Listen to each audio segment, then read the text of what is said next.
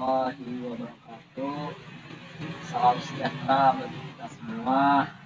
Perkenalkan, nama saya Indro Priyono dengan NIM A1A1000024 dari Fakultas Hukum Program Studi Ilmu Pemerintahan Universitas Jambi. Di sini saya akan menyelesaikan tugas UAS berupa presentasi video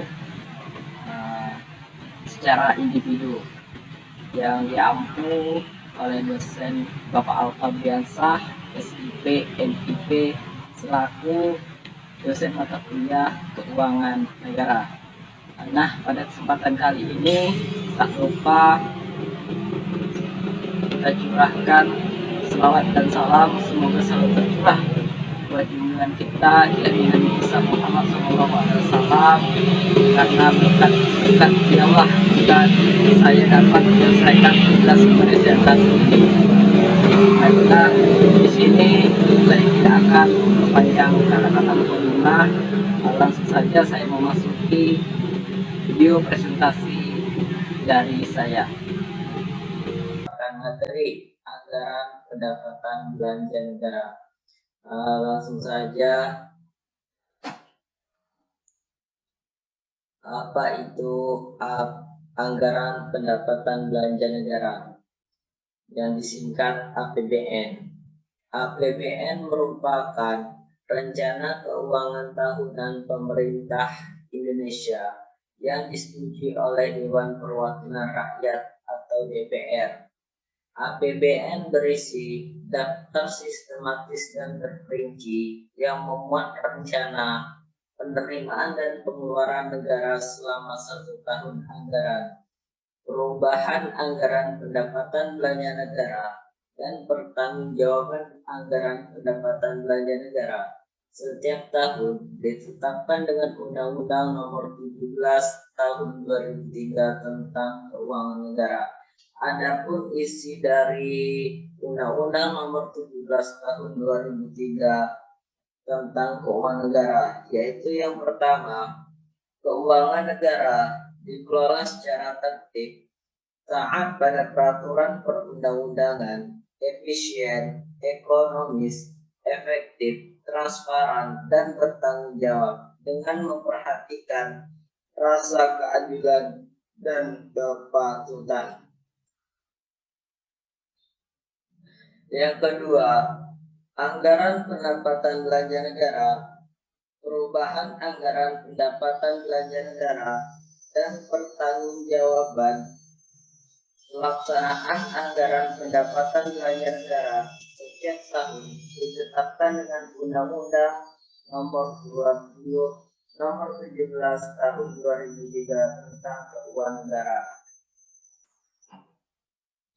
Adapun fungsi anggaran pendapatan belanja negara, anggaran pendapatan belanja negara berfungsi sebagai otorisasi.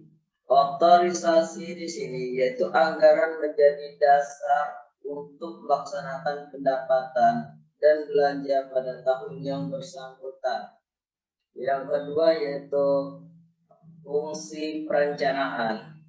Fungsi perencanaan dan pedoman bagi manajemen dalam merencanakan kegiatan pada tahun yang bersangkutan. Dan yang ketiga yaitu fungsi pengawasan.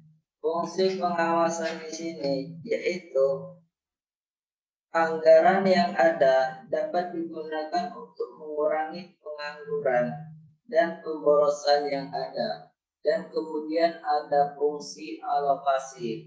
Fungsi alokasi adalah salah satu fungsi yang bertujuan untuk membagi profesionalitas anggaran dalam melakukan pengalokasian pembangunan dan pemerataan. Dalam fungsi ini, anggaran negara harus terarah untuk memangkas pengangguran dan efisiensi dalam sumber daya dan menambah daya guna perekonomian. Dan yang kelima yaitu ada fungsi distribusi. Fungsi distribusi antar kelompok pendapatan, salah satu tujuannya adalah untuk menghasilkan perasaan keadilan antara pusat dan daerah, antar kelompok pendapatan, antar wilayah, antar provinsi, antara yang kaya dan yang miskin. Yaitu sebaliknya, ada ketimbal balikan antara hubungan tersebut. Dan kemudian ada fungsi stabilisasi. Fungsi stabilisasi ini menjadi sangat penting dalam hubungannya dengan ekonomi makro, karena fungsi stabilisasi dari anggaran pendapatan belanja negara itu memastikan APBN itu menjadi alat penyeimbang ketika perekonomian sedang turun. Selain itu, fungsi stabilitas anggaran pendapatan belanja negara juga bagaimana membuat perekonomian tetap kuat dan tahan terhadap guncangan ekonomi. Kemudian ada prinsip anggaran pendapatan belanja negara. Prinsip anggaran pendapatan belanja negara yang pertama, mengintensifikasikan penerimaan sektor anggaran dalam jumlah dan ketetapan penyetoran. Dan yang kedua yaitu mengintensifikasikan tuntutan ganti rugi negara dan denda yang dijanjikan. Yang ketiga yaitu mengintensifikasikan penagihan dan pemungutan piutang negara.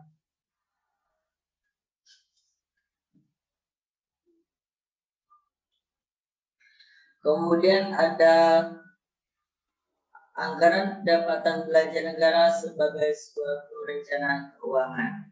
Nah, sebagai suatu rencana keuangan mengandung arti bahwa pemerintah mempunyai perencanaan terhadap pengeluaran dan penerimaan untuk membiayai kepentingan negara atau pengelolaan pemerintah. Jadi intinya itu pemerintah mempunyai rencana apa yang dibuat dan berapa banyak pengeluaran yang harus diberikan untuk kepentingan negara tersebut. Jadi itu pengeluaran dan penerimaan harus mudah dipahami kepentingan negara atau pengelolaan pemerintahan. Kemudian bagaimana proses penyusunan anggaran pendapatan belanja negara? Nah, tahap pendahuluan atau tahap awal mempersiapkan rancangan anggaran pendapatan belanja negara oleh pemerintah meliputi penentuan asumsi dasar anggaran pendapatan belanja negara, perkiraan penerimaan dan pengeluaran skala prioritas, dan penyusunan bagian kris. Dan kemudian ada tahap pengajuan. Nah, dalam tahap pengajuan kemudian ada tahap pembahasan dan penetapan tahap pengawasan anggaran pendapatan belanja negara. Fungsi pengawasan terhadap pelaksanaan anggaran pendapatan belanja negara dilakukan oleh pengawas fungsional, baik secara eksternal maupun internal pemerintah, baik secara luar dari ruang lingkup pemerintah maupun dari dalam ruang lingkup pemerintah. Jadi fungsi mekanisme penyusunan anggaran pendapatan negara, belanja negara, yaitu Presiden menyampaikan RAPBN atau Rancangan Anggaran Pendapatan Belanja Negara kepada Dewan Perwakilan Rakyat. Kemudian Dewan Perwakilan Rakyat menyetujui RAPBN atau Rancangan Anggaran Pendapatan Belanja Negara tersebut. melalui sidang paripurna Dewan Perwakilan Rakyat yang dilakukan bersama lembaga teknis keuangan. Apabila disetujui, maka jadilah APBN, Anggaran Pendapatan Belanja Negara.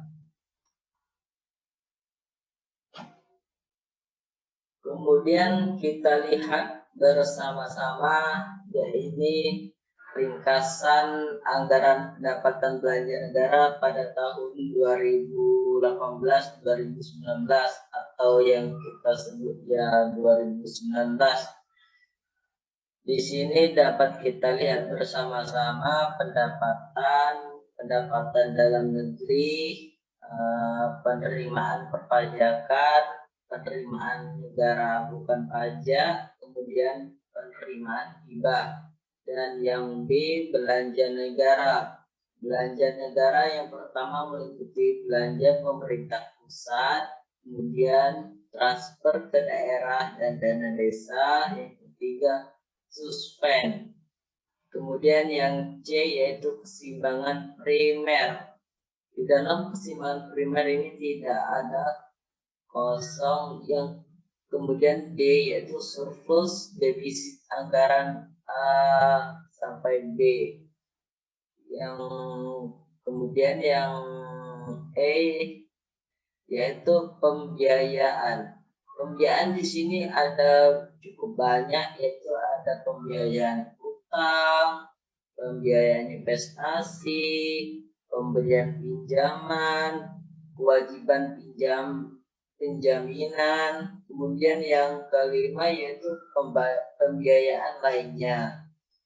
Nah, kemudian slide berikutnya kita lihat pada tahun 2020. Pada tahun 2020 sama seperti pada tahun 2019. Cuman bedanya di sini pada tahun 2020 itu mengalami kenaikan. Nah, di sini ada pun pendapatan negara, pendapatan dalam negeri, penerimaan perpajakan, penerimaan negara bukan pajak. Yang kedua yaitu penerimaan hibah. Yang B, belanja negara sama seperti yang pada tahun 2019. Cuman di sini ya perbedaannya yaitu mengalami kenaikan daripada tahun 2019. Pada tahun 2020 ini mengalami kenaikan. Kemudian dari hasil 2019 maupun dari 2020 ini dapat kita analisis. Belanja pemerintah pusat dalam rancangan anggaran pendapatan belanja negara tahun 2019 direncanakan sebesar 1,607,3 triliun atau meningkat 10,6% terhadap outlook anggaran pendapatan belanja pada tahun 2018. Target pendapatan negara di tahun 2020 merupakan target yang optimal, namun tetap realistis untuk mendukung pencapaian sasaran pembangunan, namun tetap mampu adaptif menghadapi risiko perekonomian. Belanja pemerintah pusat naik sebesar 3,5 triliun dari rancangan anggaran pendapatan belanja negara pada tahun 2020. Terdiri dari kenaikan belanja kementerian, lembaga atau disingkat sebagai KL, kementerian lembaga, sebesar 25 triliun dan penurunan belanja non kementerian lembaga sebesar 11,5 triliun. Pada anggaran pendapatan belanja negara 2020 dialokasikan transfer ke daerah dan dana desa sebesar TKDD mencapai 856,9 triliun.